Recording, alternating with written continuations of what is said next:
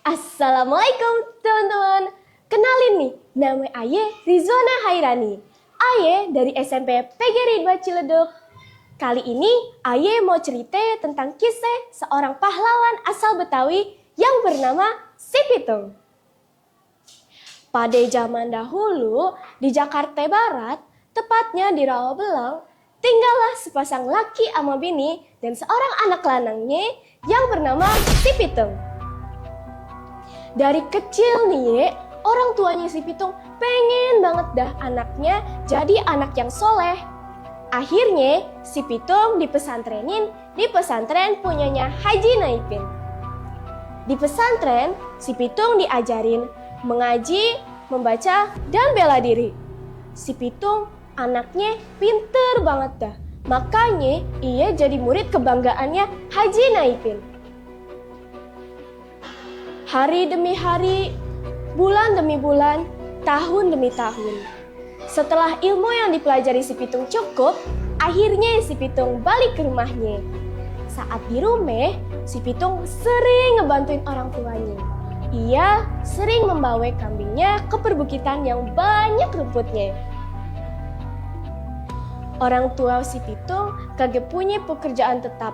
Orang tuanya cuma pekerja serabutan, pergi ke ladang orang buat beli buah-buahan mentah, lalu dijual lagi ke pasar dengan harga yang lebih mahal.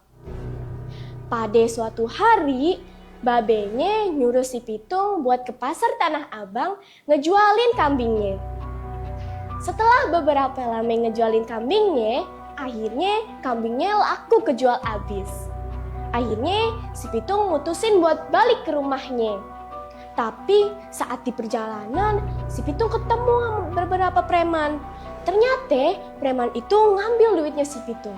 Si Pitung kagak sadar. Pas lagi sampai di rumah, Si Pitung baru sadar kalau ternyata duitnya diambil sama tuh preman. Akhirnya Si Pitung mutusin buat nyamperin preman tadi. Pas lagi udah sampai, Si Pitung bilang ke premannya, bang, elo ya yang ngambil duit Aye. Preman itu kagak ngaku dan ngejawab lagi, ya jangan nuduh ya lo, Aye kagak ngambil duit elo. Si Pitung ngejawab lagi, ya bang lu jangan macem-macem ya lo sama Aye keluarin nih jurus silat Aye.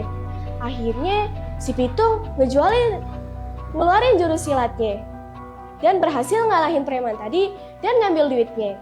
Preman tadi lari ketakutan.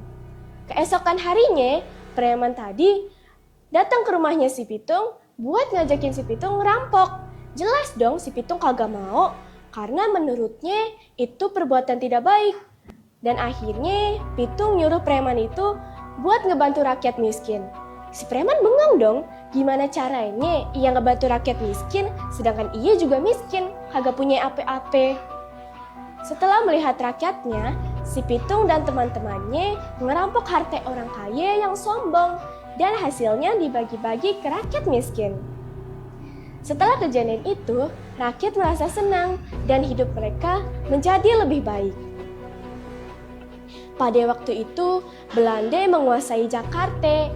Pemimpin Belanda pengen banget nangkap Si Pitung.